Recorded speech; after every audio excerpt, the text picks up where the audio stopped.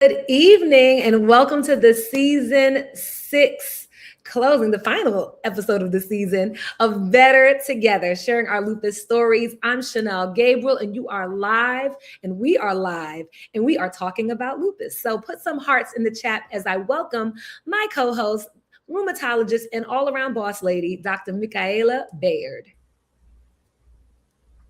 Hey Chanel, so happy to be here. How is your summer going so far? Listen, I am outside, like Lorilla said. Okay. I've been out and about. It's been my birthday passed a few weeks ago. My friend's birthday passed, and I feel like we just celebrated all month. And I hate the winter. So I am enjoying all of this heat, except I'm trying to remember to put my sunscreen on. But how are you doing? Well, happy belated. I'm also a summer birthday, but I am just loving all of this World Cup energy, everyone out, repping their team. So it's been fun. I mean, once Trinidad left, I was like, no. But the summer really, it's about connecting with other people, and we wanted to talk to those who are struggling to do so. So last week we talked about finding the words, last episode, and this week is about being open to vulnerability, which is so important, right? Absolutely. Tonight's topic is hiding behind the smile, moving from isolation to connection, as you said. So, did you, this is a question for you, always tell people about having lupus? I think I started at first, and the reactions people gave me made me say, okay, I'm going to keep it to myself, because people didn't know what it was. And it was like, I have to explain it. Or, and after a while, I didn't want people treating me like something was wrong with me. So Right. I started hiding for a while. And then one day I did a poem about living with lupus, and that gave me the courage to speak up. So, I mean, what about some of your patients? What have you seen? It's a big transition. It's a big thing to share. So I see the whole spectrum. Some people are very vocal from the beginning, but I think more people that I work with tend to be closer to you, and that it takes some time to build the confidence and really figure out how they want to share their story.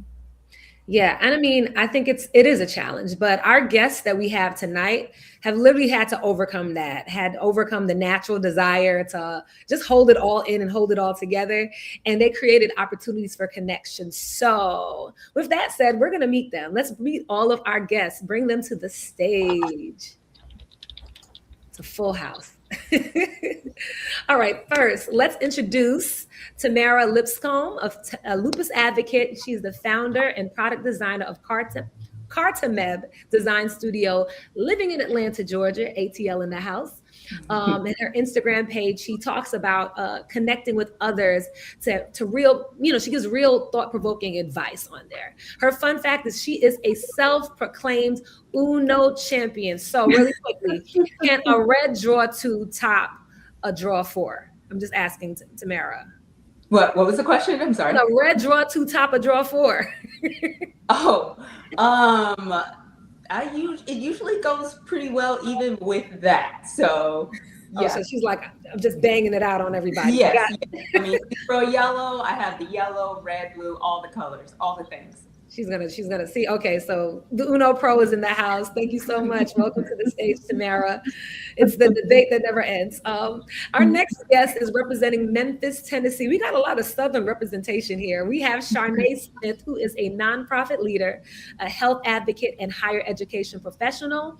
She is also the president and CEO of Memphis Lupus Support Group, supporting individuals and families through advocacy, education, and different resources. Now, her fun fact is she was an extra in a movie. Which movie? Can you say it? I can say it. It's Castaway. That Tom Hanks. Oh. We have a movie star in here. A little something. Well, now I'm gonna have to watch it and look for you again. Yes. It's so great to have you on this show. And next we have someone who's built a movement out of connection. We have Victoria Reese Brathwaite. She is a nationally recognized MS patient advocate, a health equity strategist, an award-winning entrepreneur, and the founder and president of We Are Ill. It's a 501c3 organization dedicated to redefining what sick looks like for Black women, especially those with lupus, MS, and NMOSD. Her fun fact, I just learned this, she can sing. Where did you learn to sing? I mean, I'm not self-taught or anything. I took training all of my life, but I just heard it. You know how like you got an ear for it? And I was like, I gotta get that. And so I spent my childhood trying to get that sound. So I figured it out. All right. Well, we're gonna need a collaborative chronic illness album to come out of this place. Okay. That's a Well, great we're so happy to have you, Victoria. Now I'm going to pass this over to Dr. Michaela, who's going to introduce our guest for our spotlight on research. Yes, of course, we have our investigator in residence, Dr. Megan Lockwood. Dr. Lockwood does all things, but she is a practicing rheumatologist, director of the Lupus program where she works, and does a lot with clinical research to help bring new treatments to people with lupus. So welcome. Thanks so much for having me. So glad to have you. This is going to be another excellent episode. I'm very excited. We're so glad to have you all here. Now, to our viewers, you are in the building too, okay? So use that chat to let us know your thoughts. Let us know where are you tuning in from, and also use the Q&A, use the chat function to let us know any questions, any thoughts, and show love, all right? So Dr. Michaela, can you please bring in our first guest? Yes, so put some purple hearts in the chat as we welcome Tamara Lipscomb. Here she is. Welcome to the show, Tamara. Thank you for joining us. We start everyone out with having you share your lupus story. Okay, well, first, thank you for having me. And so my lupus story started shortly after the pandemic. It started with a cough that would not go away. I couldn't eat. I could barely talk. The cough was so intense and would last so long. It went into, I lost weight. I lost about 30 pounds. And it became difficult for me to do simple tasks, even opening doors, turning different knobs, and as well as like opening jars. I always had to ask someone to help me with that. I also got the fevers and rashes. I didn't really get very much of the butterfly rash on my face. I mostly would have them either across my chest or across my arm. Whenever I would be out in sunlight, it would like a rash would form and it would like really burn. My fingers would also turn blue and purple because I had the Raynaud's disease. So anytime it was super cold or not even really that cold, my fingers would start tingling and I would lose feeling in them. If I would go to the grocery store and over in the vegetable section where it would be cold, I would slowly look down and it would just turn purple, blue, and just get worse to the point that by the time it was time for me to check out and pay, I couldn't even feel the keys under my fingers when I was trying to pay. It was really intense. But the main symptom that put me in the hospital several times was the brain fog. So my brain fog was super, super intense in that when they did an MRI to see what was going on, I had a literal white fog over my scans. So that made them extremely, it just made them really worried. And they put me on seizure medications where I couldn't drive for 6 months. So those were part of the issues. Wow. I mean, definitely relate to some of the symptoms. And I think it's so crazy how different our manifestations are, although they sometimes seem a little similar, because Raynaud's was like the key one for me too. Mm-hmm. But I know that, you had all of this. Was it challenging for you to talk to people about your illness and your symptoms, and what made it challenging? So what made it challenging is that whenever I started to explain what was going on, you would see like someone's eyes would just completely glaze over and they would either change the subject or try to get off the phone. They just didn't understand. And also another issue that I had was when I would try to explain how I felt or what I was going through, it sounded like I was either exaggerating or making excuses because I was canceling a lot of meetups and group activities because I was just too tired. And even my reasons for saying why I wasn't there was that I was tired. Well, We're all tired. We're all working hard, but no one understood the next level of the next levels of the lupus fatigue. Like when we say we're tired, Mhm. we are really extremely tired to the point where I had the issue where sometimes I couldn't even get out of bed for several days. Yeah. But people who don't have lupus don't really understand the intensity of what that means. So it was pretty lonely for me at the time. Thank you for sharing that. And I hear that often, that the intensity of fatigue is very different and almost disabling. But I wanted to jump a little bit into after your diagnosis. You shared that you were staying inside. Can you tell us more about that? Oh yeah. So at that time, I didn't want to go outside. I didn't want anyone to see me. I didn't want to see anyone else. And I remember very distinctly that my mom had asked me that, hey, we're going to Target. Did you want to go too? And I said, no, it's okay. You guys can go without me. But she just looked at me and she said, Tammy, you haven't been out in 2 or 3 weeks. And I was, yeah, I know. It'll be fine. Mhm. So I love Target. So the fact that saying no to it definitely showed that I was having some inner quarrel about what going outside and being seen. At that time I didn't even like really recognize myself because the medications, I had gained all of this weight. Mhm. I also had a lot of trouble walking. My joints really hurt. So I had this like little shuffle to the point that I was kind of limping a little bit because I had so much joint pain at the time. So I wasn't ready to face the world and just wanted to just kind of close off myself to everyone. Wow. I mean, you're like, oh man, I didn't go shopping. There's a problem here.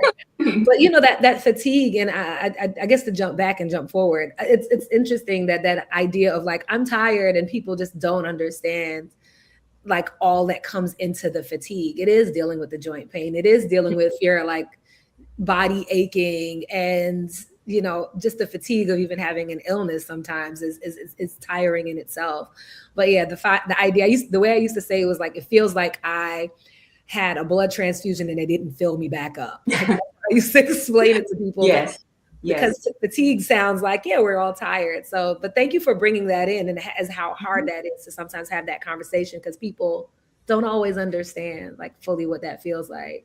And there was a sense of guilt that I had whenever I was explaining it, because to me, as I heard the words come out of my mouth, I felt like I was being lazy. Like that's how I felt about it. So I felt really guilty explaining it as well.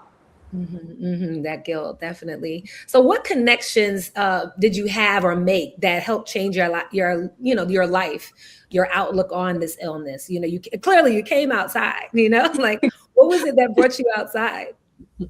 So at the time, like, as I mentioned, it was shortly after the pandemic. So I didn't really know anyone else that had lupus. So as I mentioned, whenever I tried to talk to someone, they didn't understand. So it was pretty lonely. So on social media, I saw a girl. She also had lupus, and she was taking her weekly shots. And I just kind of thought, interesting. We were around the same age. And she ended up being a lupus coach. So I hired her. And that was probably one of the best things that could happen that I needed, because she had a community of other people that all across the US and a few in Canada that had lupus as well. So we would cheer each other on, share our victories, and talk about medications. Like maybe if the doctor suggested something, we would come back and ask the community, like, have you tried this? What do you think? What are the symptoms about it? So it was a really good connection with other lupus warriors. And also, it also gave me a lot of more confidence to talk and advocate for myself. Because at the time when I was trying to talk to my doctor and ask him questions about it, he was answering, but I don't think he completely understood the question, which was not his fault. It was more of myself not really being able to communicate. Well, after I joined this community, they taught me how to read my blood tests and just communicate better. And I remember the first few times I did talk to my doctor and I was talking about my blood test and like, what does that mean? And he looked, he's like, oh, you're reading your blood test. So he had to go and like look and to make sure. But yeah, it was a good experience for me. Oh, awesome. Would you say there's something else? Do you talk a lot about community and advocacy that helped you personally turn around your health? So, what I did to like personally turn around my health. So I guess the breaking point was after they had given me my diagnosis and they gave me all this medication. And then after that, I still ended up in the hospital like a week later. So I was very frustrated because I felt like I was doing what I could do, but when they were taking me out of the hospital, wheeling me in the wheelchair again, my mom was chatting with the nurse, and I thought to myself, you know what? I have got to change. And I had to give myself a pep talk. And I was like, Tamara, I don't know what you have to change. I don't know what you have to give up, but you've got to figure it out. Because I was still ending up in the hospital over and over again. And at that point, I realized that I need to have like a lifestyle overhaul. And that's really where my health journey began. Mm. And so that with that lifestyle overhaul, I know you're launching a tool that kind of helps others do this, but please speak to that and then make sure you tell us about that tool that you created as well. Okay, so with that, I started with just trying to figure out like my baseline. So in order to do that, I began to just strip away and start from scratch. So starting with the lifestyle, I started with the diet. So I stopped eating, I stopped having caffeine, I stopped having sugar, I stopped having salt, I stopped having everything. But then later I began to reintroduce those things into my diet. But I just need to see like how much. Another thing that I did, I began documenting and tracking everything.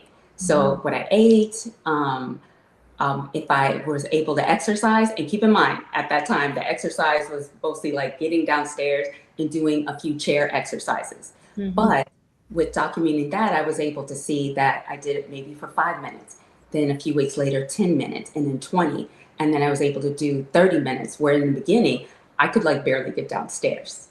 I also began to focus on a lot of self-care because I had a lot of my hair was falling out. So I stripped back that. I began to just mostly use baby shampoo, and then spent that time to research to see what type of other hair process and medications that I could take for that as well. I also focused on, it's also with the self-care. So because I wasn't sure what all these long chemical names were on these face washes, I began to just buy soaps where it had like natural products and maybe 3 or 4 that I understood. So it sounds like you like really revamped and just really started documenting everything and looking at everything in a micro way. Yes. And so you created these I'm sorry, I was burying the lead. Please share the tool that you created. Oh, okay. So I created a health journey planner for people with chronic illness, including lupus, to help you on your health journey. That is awesome. So we're going to make sure we talk a little bit about that a little bit later. But the fact that you documented all of that is so important. I think that that's something that a lot of people don't do. Like, you know, like for any financial planner, they'll tell you, you need to document what you're spending on. So it sounds like you really were able to turn around your health with that. Thank you so much for sharing such real stories with everything that you've been through. We're going to bring you back just a little bit later to share some more advice. Okay. Awesome. All right. So now we have someone that, she built a tool. We have planners, and just really being able to document everything she's doing, and also the way that she was able to grow from there. Now we have somebody to talk a little bit about building a space for connection. So please put some purple hearts in the chat for Sharnae Smith. Hi, Sharnae. Thank you for being here. So glad to have you on the show today. Can you please share with us your lupus story? Sure. Well, first, thank you for having me. I'm so excited to be here. My lupus story, look, I was in my 20s when I got diagnosed. I was living my best life. and all of a sudden, I just started getting these symptoms. I was just achy and swelling, irritable, hair falling out, just all these things. And see, what I thought it was just me, living my life too much. But when it got to a point where I was like in bed, paralyzed, where I couldn't move, I was like, oh, okay, I need to go to the doctor. And so I went to every possible doctor that I could think of. I went to a foot doctor, a kidney doctor, just a PCP, just everything. They were just bouncing me back and forth between these doctors, and nobody knew what was going on. And then I finally met one rheumatologist that was just like, oh, you have lupus. And I sat there and I was just like, I bet, what pill I need to take to get rid of it. Because, I had never heard of lupus before I got diagnosed. Wow. And so when he told me, he was like, yeah, baby, no, this is lifelong. Mm-hmm. And I was like, whoa, okay, let me do my own research. He said, no, don't go online to read anything. Because if you go online, it's all bad. I still went online, y'all. And it was, I thought I was finna die. I mean, I sat there in the car and just cried. I was like, I'm finna die. And, eventually I got over that. I eventually got over that, I'm finna die, and started to turn that pain into some purpose, So, yeah, that's my little story. Thank you for sharing. And I think a lot of people have shared stories that, relate to what you spoke about. But today we're talking about hiding behind the smile. So in what ways do you think you did that? And can you think of one time that you really pushed through and paid for it later? I would have to say every day. I'm seriously, like, I'm a working girl.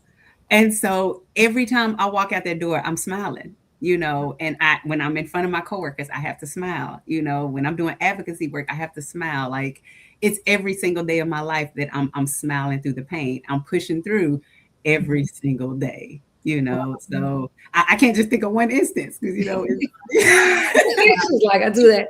But what I guess, what's the cost of that? How is that reflecting in the way that you show up in the world? You're pushing through. Mm-hmm. And it's not good. I know it's not good. Because, you're going out into the world, you're smiling and you're doing all these things, and just like, oh, I'm fine. I'm really fine. But on the inside, you're tore up. Like, you really need some help. But because unfortunately, we live in a society where you can't be vulnerable. You can't be sad. The minute you don't have a smile on your face, you got an attitude, or, what's wrong with you, And so, unfortunately, it leads to a lot of mental health issues. You know what I mean? Because, you're out there pretending to be something that you're not, So Sharnae, who sees through the smile? Like, do your loved ones really understand your lupus? Bring me through what happened at the beginning. So, to be honest, my family, they're still learning lupus. I've had lupus over 10 years. They're still learning, because we all know lupus is one of those unpredictable diseases. Like, I can have this symptom this year, next year, something pops up. So, your family just like, dog, it's something else. Like,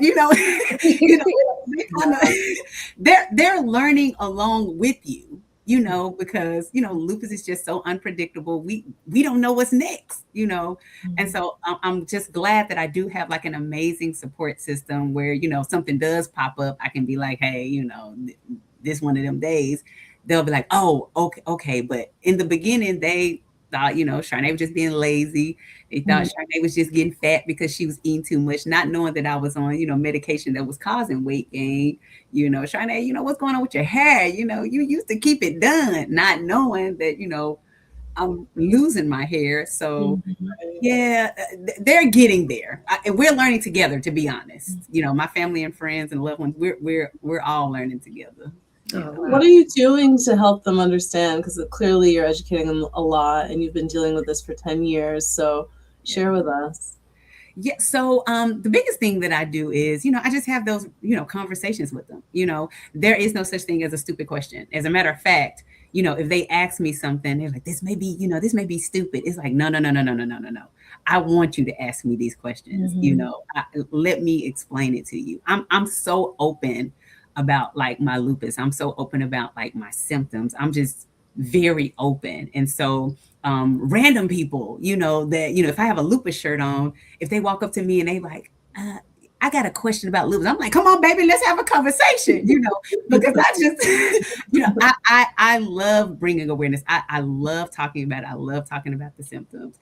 And so if my family, wants to know something, be more in depth about something, I'm going to give it to them, any kind of way they want it. Layman term, professional term, research term, professor term, I'm going to give it to them. Oh. It sounds like you're doing some really and you have such a bubbly spirit, and I want to learn is a hard thing for some people to say. So being your warmth, I know that they feel that. And so thank you for sharing that. And now, what role did support groups play in your openness about lupus, or were you just always an open book? And how do support groups help, or have they helped you? They have helped. I have not always been this advocate you see today. Support groups, I'm gonna tell you, when I went to a support group, me seeing other people going through what I'm going through, it gave me the space to be vulnerable. It gave me the space to be transparent. I was able to go in there, take off that strong woman cape, and just cry and just be like, oh my God, I'm not in this alone.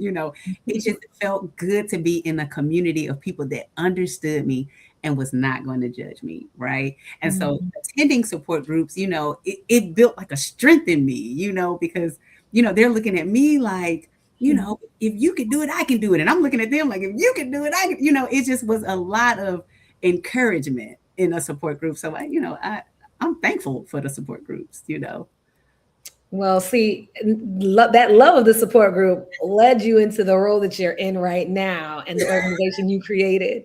So please tell us more about the Memphis Lupus Support Group and how it began, because you were attending, and how did this happen? Yes. So there wasn't a support group here in Memphis for a while. And me knowing like the benefits of a support group, I was like, Sharnae, we got to do something in the city of Memphis. And so, especially with, like I told you guys earlier, when I first got diagnosed, I was like, oh my God, I'm going to die. I didn't want any other patient, especially newly diagnosed, to feel the way I felt when I first got diagnosed. Right. And so that just catapulted me to be like, nope, we finna start a support group here in Memphis. And so 2017, Memphis Lupus Support Group, and it's a blessing to the community. I absolutely love my group. I love my members that are in my group. We do so much in the community. We provide so many tools and resources for people to, just be able to have a thriving life beyond this disease, because we know this disease is cruel. And so the group is just bringing a little normalcy, to them, giving them a little bit of their life back. And so I absolutely, like I said, I love support groups. I love my support group. And we're growing. We get new members every time we have a new, member, on monthly, we meet monthly. Every time we have a new meeting, we get like 2 to 3 new people, and so it's growing. I love it. I absolutely love it. That's so great. That's so great. I know we have a few photos about just of you and your group. Just sharing you doing some work, sharing the work that you're doing. It's so important. And it sounds like you're building something in spaces that they don't have. I know that's your annual bowl-a-thon. Yes, yes. Looks absolutely amazing. I have to come down for one of these things. I tell you, y'all gonna have me going all over the country for the work that you all do. Yes. But thank you so much for it. And we really appreciate it. We can't wait to talk to you a little bit more a little bit later, but thank you. No problem. All right. So now, listen, I love the fact that you're hearing kind of multiple themes here. This idea of like, I'm tired, but people don't understand. I love this idea of themes. I can't wait for us all to talk at the end of the show, but we have the tools, we have the space, and both are super necessary in the patient ecosystem. But now we're going to speak to somebody who's building a platform. Please welcome Victoria Reese Brathwaite to the virtual stage. Hi. Hi. Have you with us, Victoria? Now, you don't have lupus, as we heard, but you're a member of the autoimmune family. And so what was your life like before your diagnosis? And tell us a little bit about how that diagnosis changed you. Yeah, similar to Sharnae, I was in my 20s when I got diagnosed, and I was also living my best life. I was living in Los Angeles at the time. I'm located in Atlanta now, but I had actually just moved across the country to Atlanta to start my career. I was going to be a talent agent, so I had to go through the rigorous process of starting as an assistant. So I moved across the country to LA to do a training program. And about 6 months in, I started experiencing numbness and tingling in my legs. And I wasn't saying numbness and tingling. I was like, my legs falling asleep. Like, why is it happening? And the feeling would come and go. And when the feeling would come, it would come at odd times, like when I'm walking down the steps. So then I got to sit down on the steps until somebody can come and get me. Or when I'm in the parking lot walking to my car, then I'm crawling to my car. So it just got really, really bad. And I knew it was awkward, that it's not normal. And it was, when you're sitting down for a long time, maybe I can understand, but I did walk. So it just was like odd. And I did avoid it for a minute. I just thought that maybe I have to stop wearing heels. I'm a heels girl. But I finally went to my primary care physician, and my doctor was in Beverly Hills. That's where my office was. And I'm specifically mentioning Beverly Hills for a reason. And so this Detroit girl goes to his office to let him know that sometimes I'm crawling to my car and I don't know what's going on. Can you help me? And so I do get an MRI from him, but it's on my legs. And so the MRI comes back. There's nothing on there. So he thinks I'm crazy and starts to ask me questions that I think are odd for my doctor to ask me. What are you doing? Where are you from? What do you do for work? What are you doing here if you're not from here? Things like that to try to figure me out. And he ended up prescribing me antidepressants, saying that it was just stress because nothing's showing on the MRI. So you falling, girl, you must be depressed. I thought that was odd because I didn't feel depressed. And I know we don't always feel that way, but I just thought it was odd. He didn't refer me to any mental health professional or recommend that for me. It was just, here's some antidepressants. We do this in Hollywood kind of thing. Wow. And so I went on about my life, and I had another, what I now know as a flare-up. But this time it was like a really excruciating migraine that lasted a very long time, like 10 hours. And then it ended up with one side of my face being numb from my scalp to my chin. So I thought I had a stroke because that's the only time I hear of one side of your face doing anything. Never heard of it. I just didn't know. Mm-hmm. So I let him know, I'm like, the numbness is moving. Long story short, I get one more MRI, this time on my brain and spine. Now he sees 9 lesions on my brain. And with the numbness and the lesions, he said these are classic signs of multiple sclerosis, which I had not really heard of before. Mm-hmm. I heard of MS, but not multiple sclerosis. And so he printed out a piece of paper, like a WebMD definition of what MS was, stapled it together, gave it to me before I left the doctor's office. He told me that Black people don't get MS. And so that is the rest. That's the first day of my new normal. Listen, I saw Dr. Michaela literally go, what? When you said that. Like, Black people don't get what? And it's interesting. And thank you so much for sharing your story, because it's interesting, the connection between so many of the things that you have and the medical gaslighting that we had Tamika Smith, an earlier episode, if you really define that happens just in general for us. Like, we don't get, it can't be. And so I just wanted to bring that into the space, that as a person with lupus, that's this autoimmune challenge of trying to prove that you're sick Yeah. Something that we see. And I mean, I know that Dr. Michaela had a follow-up question around that, but just thank you for bringing that into bringing MS, although we are a lupus platform, bringing that into the space. Yeah, I mean, there's so many themes between the two, and I think like invisible symptoms is definitely one.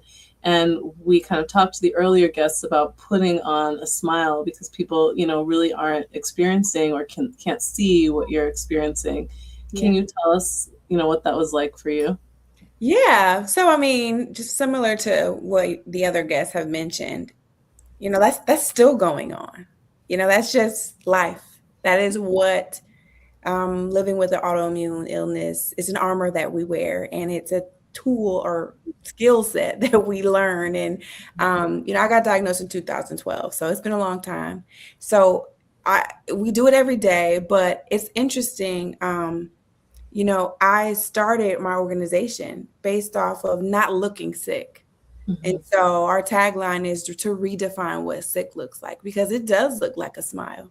It does look like pretty or ambitious or talented or high achieving. It does look like that. But what you can't see is a bigger story. And so that's what I've spent my life doing for the past few years, of making sure that behind that smile, everyone understands what's behind that smile, because both can be true. Yeah, and you mentioned it, but your organization, please tell us more about it. What is it, and why is it necessary for a space like yours to exist? Yeah, so my organization is We Are Ill, and a little fun fact is that it used to be We Are Illmatic, like Nas's album Illmatic. This started off as a campaign. I was just trying to do a social media campaign. My background is marketing. I was trying to do a campaign to let people know that Black people get MS too. And so I was like, let me find a fun way that's culturally relevant that people can connect with to say, we ill, we sick, but we still live. And so we cut off the Illmatic. Now we're just We Are Ill. And so we're a patient advocacy organization, a 501c3 organization founded in 2020. And the purpose or the foundation was that I realized very early on from that doctor's office, but then on my journey to learning more about my illness, that we don't always look like what we've been through. So the redefine what sick looks like is a very layered statement. It's, we are Black, we are youthful, we're young. I was in my 20s. We are tenacious, ambitious. We are outgoing. We still want to look cute, cane, wheelchair. Like we still want to do all those things. We want to be, if you choose to, moms, wives. We want all these things. I wanted to redefine what it looks like because I was so sick and tired of people telling me you don't look sick.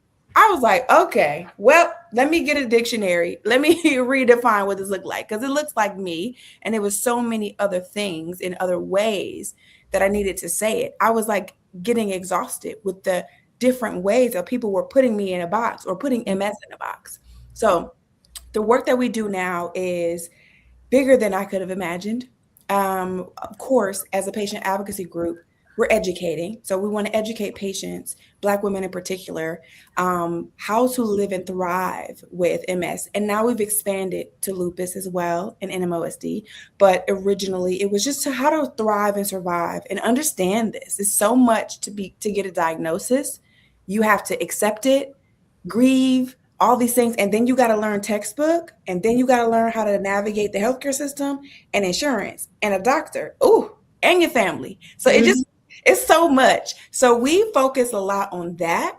But one of the bigger pictures that we focus on is that we want to make sure that patients have a seat at the table. I was going to conferences and events, and I was the only patient, and there was healthcare leaders and professionals there, which I respect and admire.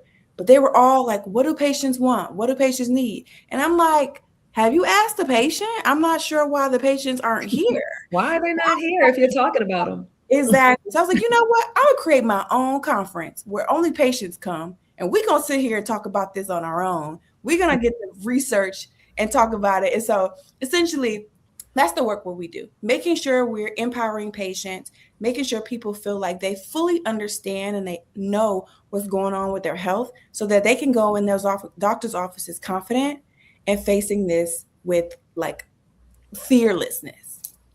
Thank you. There's so many important points in that, and you're doing really great work with We Are Ill, and I just want to just applaud you on that, and just the fact that yeah, when you go to conferences, we go to different places and spaces, everybody doesn't get represented. All of the different people that are actually living with the disease don't get represented in it, and so just wanted to give you props for that.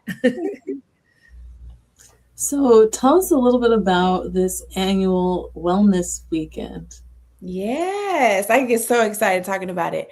Like I mentioned just a moment ago, I was literally going to events as a patient speaker, similar to how we met, Chanel, going as a patient speaker. And it's just all these clinicians and healthcare providers and pharmacists and all the, pharma, everybody's there, and they're meeting annually for good reason to talk about a certain demographic of patients, or therapeutic area. Great. Needed, necessary. But I'm like, well, then when do I learn? I need to be here. You talking about the latest medicine, latest research, what's going on here, there?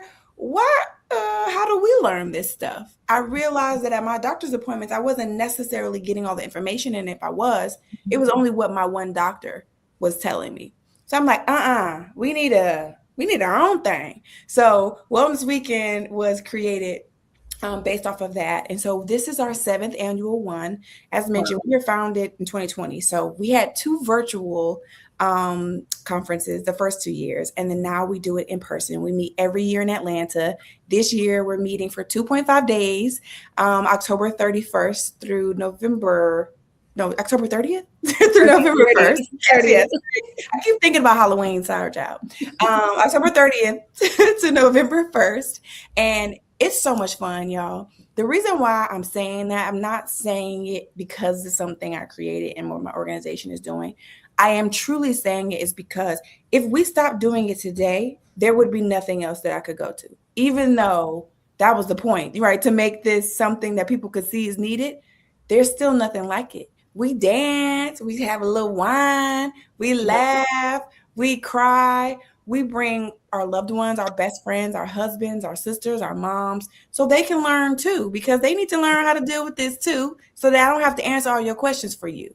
And so it's been a beautiful time. There's nothing like it. And I hope that all of our viewers tonight learn more about it and just look into it. It's just been a beautiful experience. No, you've done something really, really great. And you created something beautiful, and definitely excited to talk some more about that process. But thank you for bringing us and patients into other spaces and creating spaces for us as well. We're going to talk to you in just a little bit. Okay. Awesome. Oh, so many questions. Oh, I can't wait to talk to them all together. There's good energy today. Good energy. But now it's time for our special segment called Spotlight on Research. Okay, so Spotlight on Research is where we learn more about the paths developing new treatments. And we have Dr. Megan Lockwood helping us to understand exactly what happens. And we're going to get right into these trials. So welcome, Dr. Lockwood. Thank you for joining us again. So what types of trials are you seeing more of now? We're just going to dive right in, and maybe you can tell us what are popular areas or things researchers are really trying to look at and measure. This is a really exciting time in lupus research because the landscape of clinical trials has really expanded. I think there are a few areas that really stand out for me.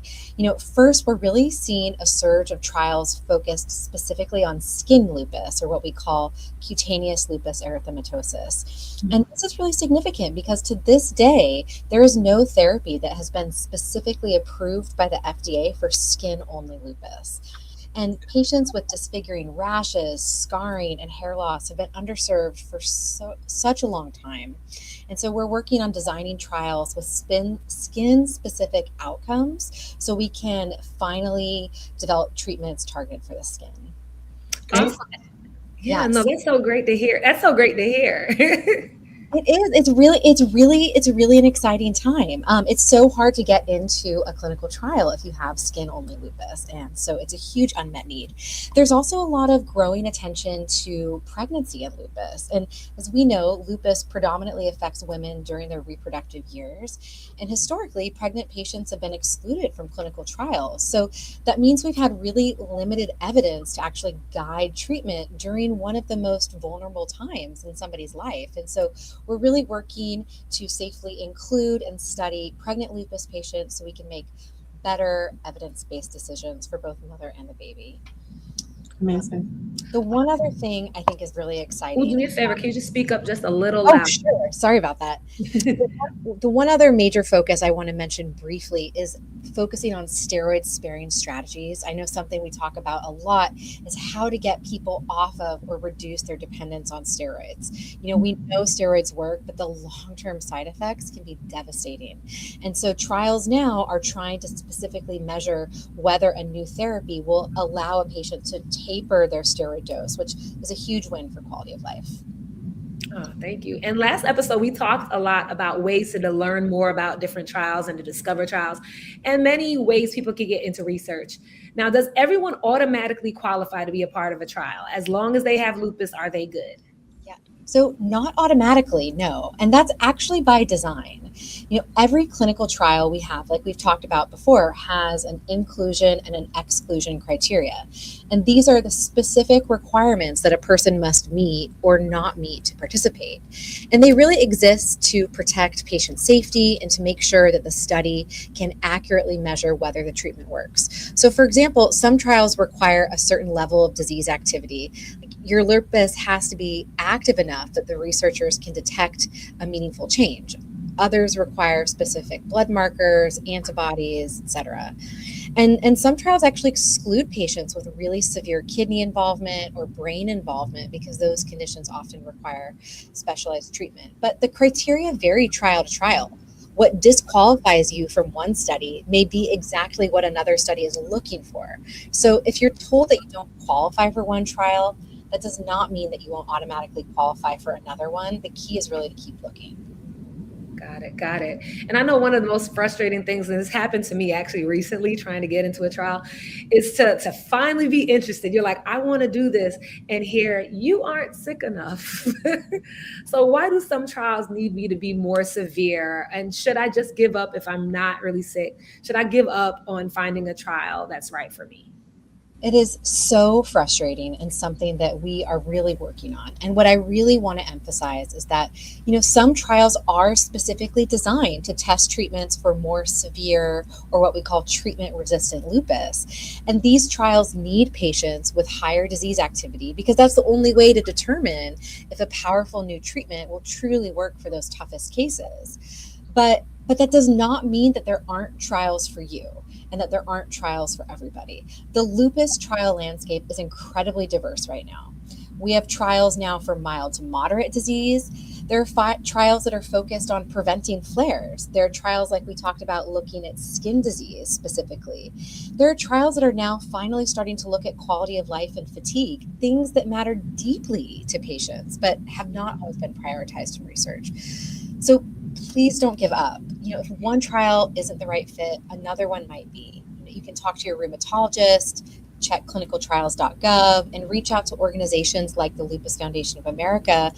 The right trial may be closer than you think. It sounded like a dating thing. It's like, even though this one didn't work out, there is somebody out there for you.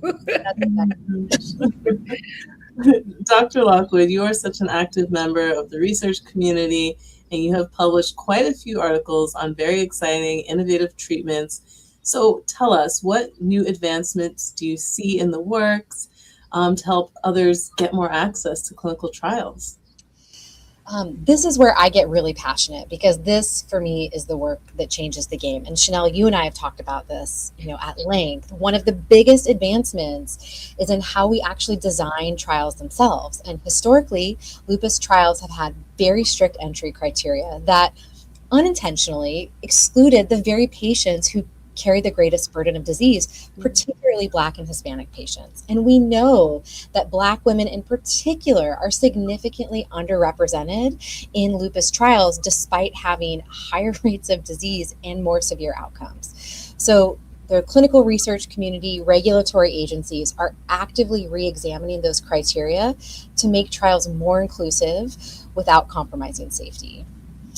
And we're also seeing the development of novel study designs, adaptive trials that can adjust in real time based on how the patient is responding, and trials that use better outcome measures specifically designed to capture what matters most to patients and clinicians. And there's actually an exciting international effort underway right now to create a new clinical outcome tool for lupus trials that incorporates the patient's input from the very beginning. And then, beyond trial design, there are so many important programs training community health workers and providers to identify and refer underrepresented patients to the clinical trials. And the American College of Rheumatology has developed educational initiatives, same with the National Minority Equality Forum, and they're specifically aimed at increasing minority enrollment in lupus trials, and the early results are promising. So, I think what we're trying to do is we're not just trying to develop better treatments, we're also trying to build a better system to make sure those treatments reach the people who need them. Got it.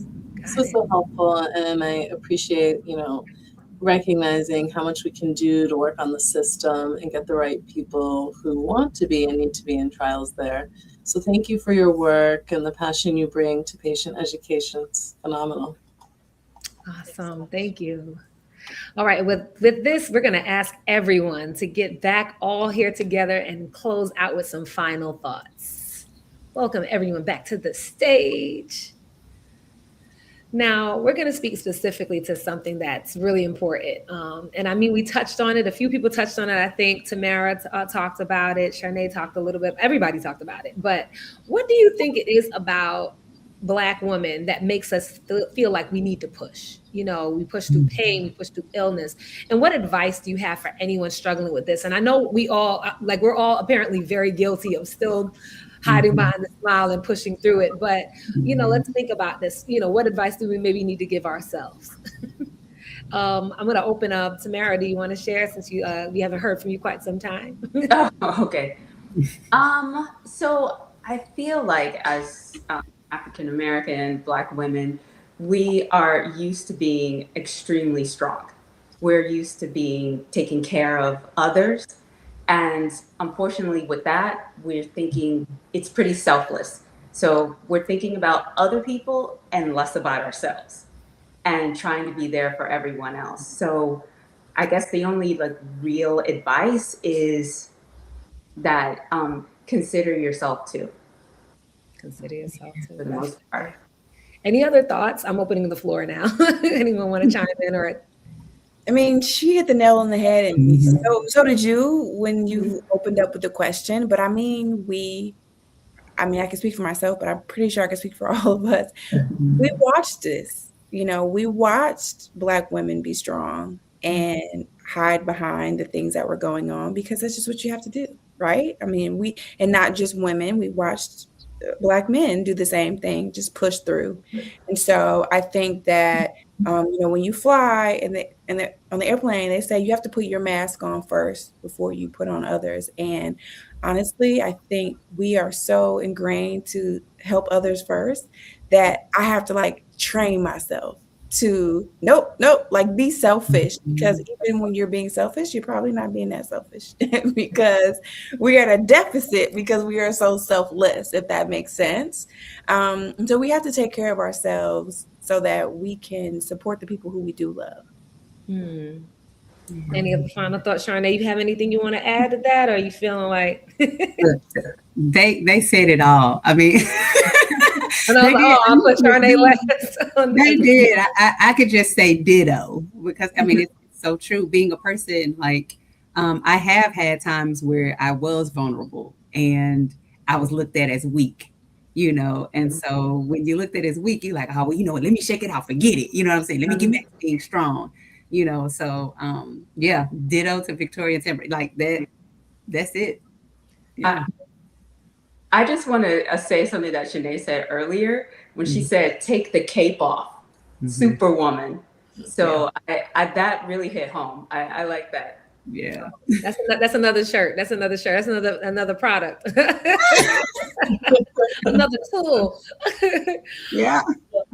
I mean, all of you have, kind of used your diagnosis to build beautiful things. And we just love for each of you to kind of share some advice for someone else who wants to build out their own tool, community platform, support group. What advice would you share with them? This is on the building side. Let me see. Anyone want to start? I'll go first. So, although I am a builder, so I'm pro building, I actually think that sometimes we don't need another this, another that. Sometimes it's helpful to support what's already being built. For instance, if you are in Memphis and you have lupus and you want to start a support group, you might not need to start one because Sharnae got it. You can build within. And so I believe it's called intrapreneurial versus entrepreneurial. So intrapreneurial is when you build within something that's already there. And so I'm saying this not because I'm like, don't do it, girl. I am saying it that we have from experience with our organizations that are, especially in the nonprofit philanthropic world, we have so many small organizations that are still building and climbing to get the recognition and support and funding and all the things that we deserve. And so when we keep building small here, small there, small there, it ain't really that powerful.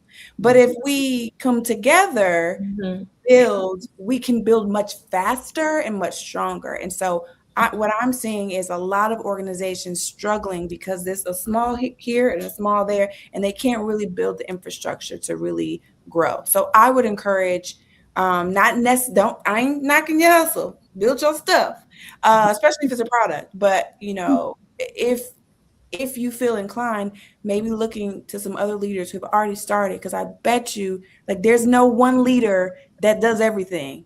Any leader who started anything needs other leaders within that thing to continue building. So I would encourage and implore people to see, look around and jump on board to what movements are already started and support that and keep growing. And you can still be a leader and a builder within something else.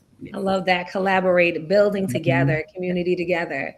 Yes. Tamara, I know that you are launching, and I know that this is a very big thing. You're launching your amazing chronic illness planners. But what advice do you have for somebody that wants to build a tool like that or some way to support others? What is something that maybe you wish you knew before you got started on this process? So it's mostly based on my own personal journey. With my health journey and trying to get better. And most of us that have lupus are all trying to get better. But with the planner, I wanted to shift the focus from always constantly the doctor's appointments and the medications and all of that. I wanted it to be something softer, more about the lifestyle and improving that. And I just want to show you, I have it here with me. Oh, I was gonna show that photo you sent me, but look, that's way better than the photo. So planner. This is the health journey planner. Inside there will be tons of habit trackers and also mostly focusing on your personal wellness curriculum, where you can just improve your health journey. And there's different prompts and different areas for you to write about your doctor's appointments. But you have a lot of really good tools in there. So you built this based on your own experience. And so sometimes it sounds like that's like the piece of advice is to think about the things that you wish you needed or things that would have helped you. And maybe that's a technique, because that looks like a beautiful, gorgeous planner. Yes, excited to support you and get my own. And Sharnae, close us out. I know we're running late on time, but I do want Sharnae to share what piece of advice we have for someone looking to start maybe a support group in their community. I am definitely going to piggyback off what Victoria said. I truly believe in collaboration. Like, if you see somebody doing something and you like it, you don't have to be like, oh, I'm going to create my own, when you really could be a part of that and make it something bigger. So I definitely what Victoria said. Definitely collaboration. Do it. Awesome. And last but not least, Dr. Lockwood, just curious on you, anybody that's interested in being a part of research, what's a piece of advice that you have for maybe a patient wanting to support the clinical trial process or the work that you're doing? I would say you are your best advocate. And so when you're talking with your healthcare team, ask the questions that matter to you. Are there newer options? Are there clinical trials that I should know about? And I would say the treatments we have today exist because somebody spoke up, somebody volunteered, and somebody refused to accept we don't know as the final answer. Awesome. This is such a beautiful way to close out this season. We've had so much knowledge shared, and I love the theme of community and collaboration. Thank you so much to our wonderful guests, Tamara, Sharnae, Victoria, Dr. Lockwood, and thank you for just all of the energy you are pouring into the communities we work with. And I mean, thank you so much. And I can't overstate how important you, the viewers, are to this show. You have been the reason we're successful. We appreciate you. Chanel, we also have to thank Biogen, because for all of their work over the years, they have been supporting the show. And we can't harp on this enough. If you'd like additional information on lupus or information on participating in clinical trials, please scan the QR code on your screen using your camera, or you can go to Biogen, BIOGN, triallink.com. The link is in the chat. And again, you can see the QR slide there. So feel free to click the direct link that's in our chat. Also, and make sure you continue to follow us on Instagram at For Better Together Lupus, and on Facebook at Better Together Lupus there. Please share this video with someone who needs it. Okay. And now, as we close the season, put some hearts in the chat as we hear from some more spoken word from Chanel. I'm no longer hiding, no longer trying, I'm doing, no longer proving I'm superhuman, using every gift that I have to make this life a whole vibe, a whole vibrant, beautiful tie, deepening ties while taking time to lie down to find rest. My healing requires me to find places to connect. My body, it needs me to be my best, so I'm taking a moment, taking a deep breath, finding spaces and places where Chanel and you and you and you can all find a space to protect and to connect. Thank you so much, everybody. Thank you for joining us. Have a wonderful evening. Take care.